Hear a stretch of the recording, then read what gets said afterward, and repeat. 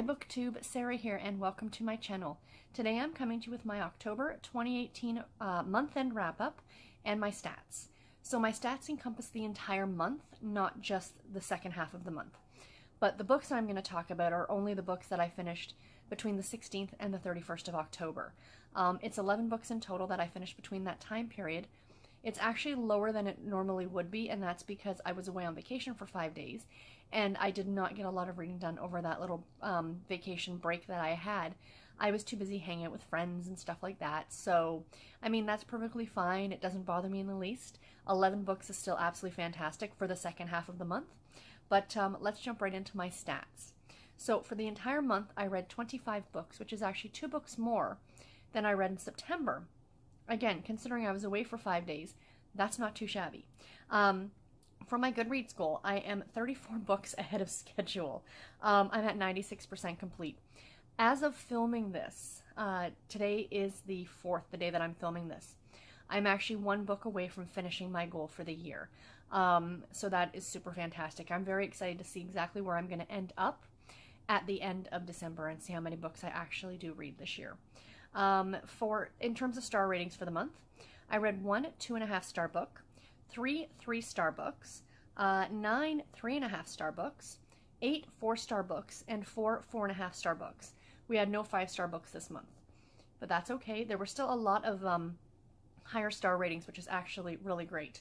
For genres, I read 13 contemporary romance novels, no surprise there, 4 romantic suspense, 3 historical romance Regency novels, 1 paranormal romance, 1 thriller, 1 nonfiction history book, 1 mystery, and 1 general fiction novel. For the Harlequin imprints, I always do like finding out how many of these I read and how many in each line I read every month. So I read 2 intrigue novels, 1 desire novel, 1 Harlequin romance, 1 romantic suspense, a super romance, a love-inspired suspense, and a nocturne novel. I read 23 books categorized for adults, so you know, an adult fiction, adult novels essentially, and 2 that were categorized as YA. I read 1 book published in the 1930s, 1 published in the 1980s, 1 published in the 2000s, 16 published between 2010 and 2017, and 6 books that were published this year in 2018. So that's really fantastic. 13 audiobooks, 11 ebooks, and 1 paperback. All 25 of the books that I read this month were all novels. There were no novellas or anything like that. For series, because I do like tracking my series stats as well, I read 20 books that were part of a series, and 5 books were considered to be standalone. Of the 20 books that were part of a series, I started 6 new series. Yeah. But I read 12 that were part of ongoing series, which is great, and even better, I completed 2 series this month, so that's super fantastic. My page count for the month, 7,639 pages. That's an average of about 254 pages a day, so that's pretty fantastic. My reading this year, I'm just so pleased with it and so happy with it. And yeah, I mean, this is probably the most I've ever read in a single year in my entire life. So, and I'm just hoping I'm just going to keep increasing that number every year, even if it's by only 1 or 2 books. Like, if I read 260 books this year, next year I only read 261. I'm still doing better. So, you know, the goal is to kind of increase that every year, and not just, you know, there's quality over quantity kind of idea, but I'm enjoying the majority of the books that I'm reading. I mean, you know, I had 1 2.5 star read this month. Everything else was really enjoyable, and I just love to read, and I'm just happy to pick up pretty much anything and read it. So, let me just briefly talk about the 11 books that I finished, again, between the 16th and the 31st of October. So the first one that I finished, and this is in order that I completed reading them in, The Colton Bride by Carla Cassidy. This is a romantic suspense novel. It is book number 4 in the Coltons of Wyoming series. It's a Harlequin romantic suspense number 1772.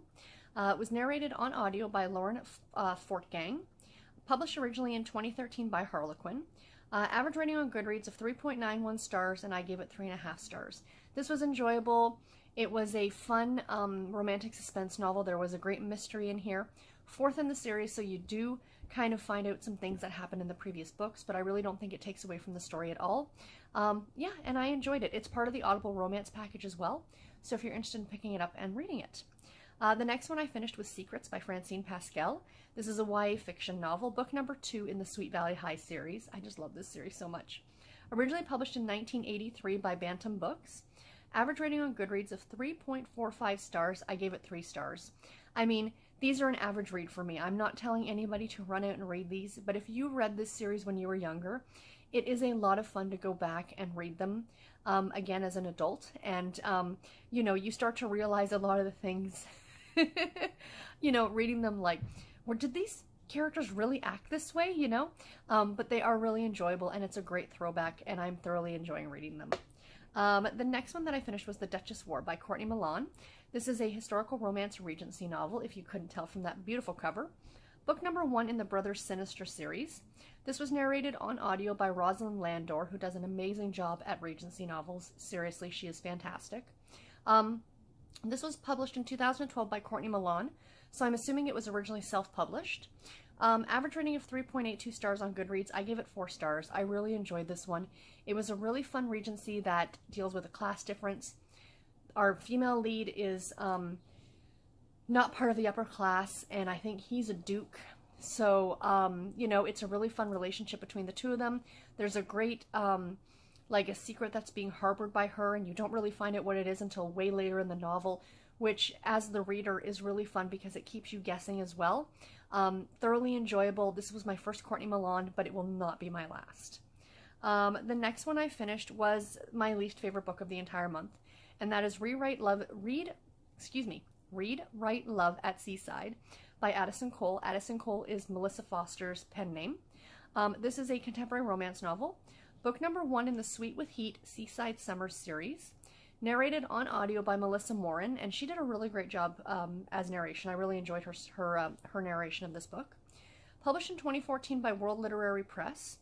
Average rating of 4.01 stars on Goodreads. I was obviously the minority on this one. I gave it 2.5 stars.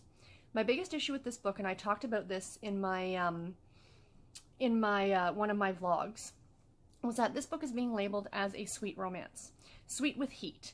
But my issue with it is that people are gonna who prefer their romance without the adult content are going to go into this thinking, okay, great, there's no adult content in here, and there is, and there isn't. It's really rather hard to explain. You essentially get the lead up to those scenes, and then it's just as if somebody hit the delete key and took out the more graphic parts of it, but you're still getting the lead up. You still know what these characters are doing. So if you are of the mindset that you prefer your romance characters to not have those adult relationships or that adult relationship, you know, the lust factor, if you prefer your romance that your characters don't fall into bed together, essentially, you're going to be disappointed by these books because they do. All that they have done is taken out the graphic parts. And literally, the book, from my understanding, is exactly the same as Read, Write, Love by Melissa Foster. This series, if you're unfamiliar with it, and I was really excited about this when it came out because I was hoping that they would rewrite parts of it, or that it would be changed ever so slightly to not include that sexual relationship, but it wasn't. And it was in that aspect, it was disappointing. The story was not badly written. I enjoyed the story. I enjoyed the characters. I just really was disappointed in the way this was executed, essentially. Next up was one of my favorite books of the month, thank goodness, which was Cowboy Christmas Jubilee by Dylann Crush. This is a contemporary romance novel, book number 2 in the Holiday Texas series. This was published in 2018 by Sourcebooks Casablanca. 4.6 star rating on Goodreads. I gave it 4.5 stars, and I do love this cover. I did a full review of this book on my blog, so if you're interested, the link will be in the description box below. You can go and read my full review on this one. This was a NetGalley book, so thank you to the lovely people at NetGalley and the publisher for letting me review this book. It was fantastic. I mean, it contains so many of the things that I love in romance. A sexy single dad cowboy. Our main character is quirky and funny and, you know, pretty adorable. It takes place at Christmas time in a small town. It's got a precocious little kid. I mean, this was pretty much a great story.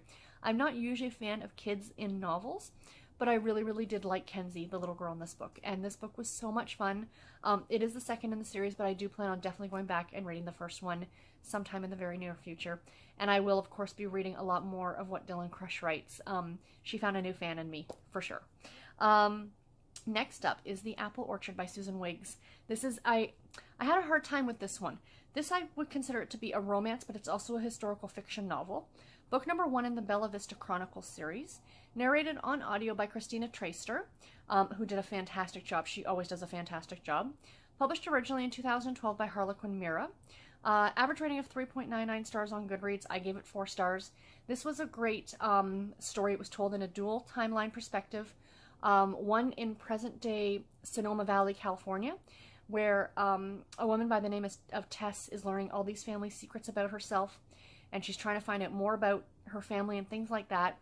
And on the flip side, you're also getting this this secondary story of World War II occupied Denmark, and of the family that she is now finding, but of course the grandfather and things like that, and what they went through when the Nazis came in and occupied Denmark. It was fantastic. I thoroughly enjoyed it.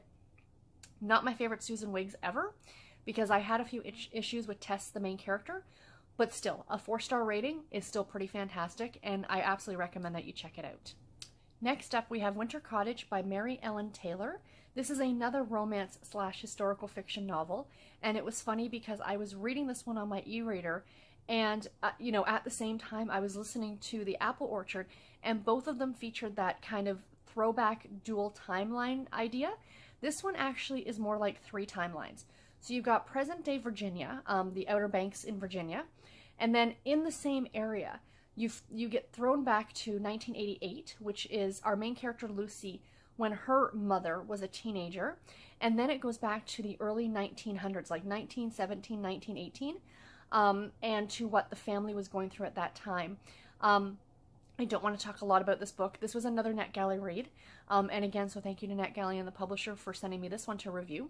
I went into this one blind. I didn't even read the back of the book. I saw the cover on NetGalley, and I'm like, ooh, that looks like something I'd really enjoy. So I requested it and was approved for it, and I still never read what it was about until I started reading it, and it's so much fun to go into blind. I can tell you it's about family secrets and stuff happening in the past, and there's a great mystery. Mary Ellen Taylor is the pen name of Mary Burton, who writes great romantic suspense novels, and you can absolutely see that coming through in this book with the great mystery suspense aspects that are in the novel. Next up is Ghostland by Colin Dickey. This is a nonfiction history novel. It was narrated on audio by John Lindstrom, published in 2016 by Viking.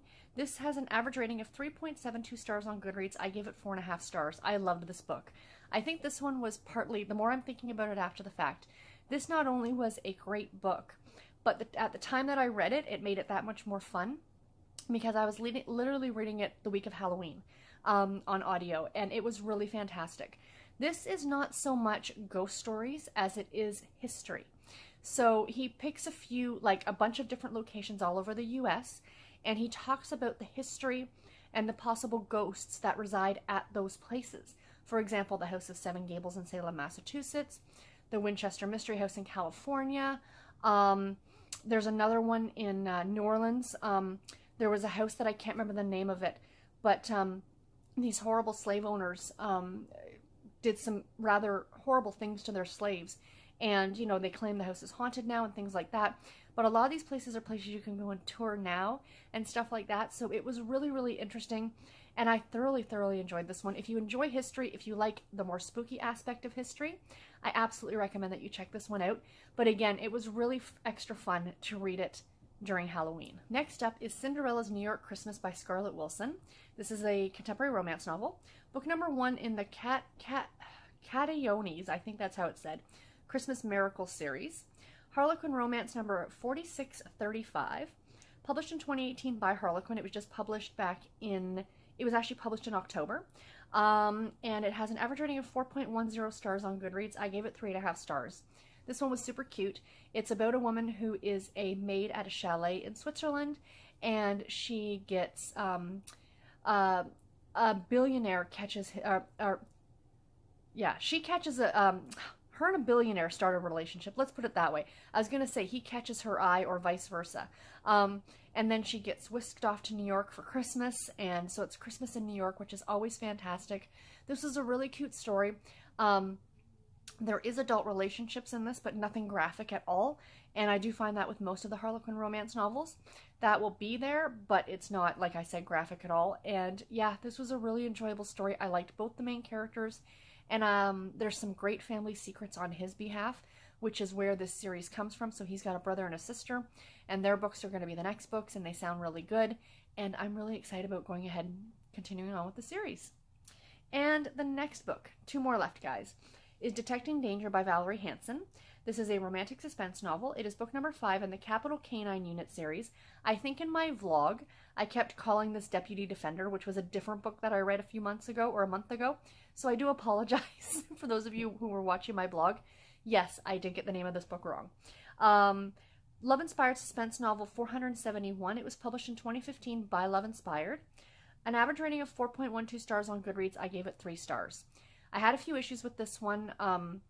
I found some of the things that our main character did, our female lead, with some of the things that she did was a little, you really had to suspend your disbelief on some things that I think if someone was really in the situation that she was in, that person would have made different choices. But the choices that she made, of course, affect the story. So you wouldn't have a story if she didn't make those decisions. So the entire kind of boiled down premise of this novel is he works for the Capital Canine Unit, and he has a bomb sniffing dog. And at the very beginning of the book, a bomb goes off at some sort of political rally. It takes place in Washington, D.C. And she is a nurse at the big hospital. And he comes in after being hurt in this blast, something happened to his leg. And so he thinks that she's acting a little suspicious. So, of course, he looks her up. And she's got this whole past, and the story kind of goes from there. So yeah, I mean, it was an enjoyable story. It was absolutely entertaining. But again, I felt that I had to suspend my disbelief on some of the things because I just didn't agree with some of the choices that our female lead made in the book. And the last book that I finished this month was On the Way to the Wedding by Julia Quinn. This is another historical romance Regency novel. Book number 1 in the Smythe-Smith Quartet. Narrated on audio, again, by the amazing Rosalind Landor. Published in 2011 by Avon. An average rating of 3.94 stars on Goodreads. I gave it 4 stars. I loved this one. If you are a fan of the Bridgerton series by Julia Quinn, I absolutely recommend that you read this series because this is a great spin-off of the Bridgertons. The Bridgertons appear in these books, or in this book at least for sure. Colin makes an appearance and Gregory makes an appearance, and I just love Colin. Lady Danbury, who's one of my favorite characters in the Bridgerton series. She's like a secondary character, and she's this old lady, and she's just awesome, and I love her.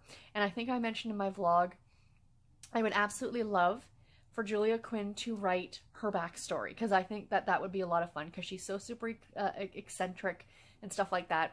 But anyway, so this is about a woman by the name of... Oh, why do I say I was going to say it?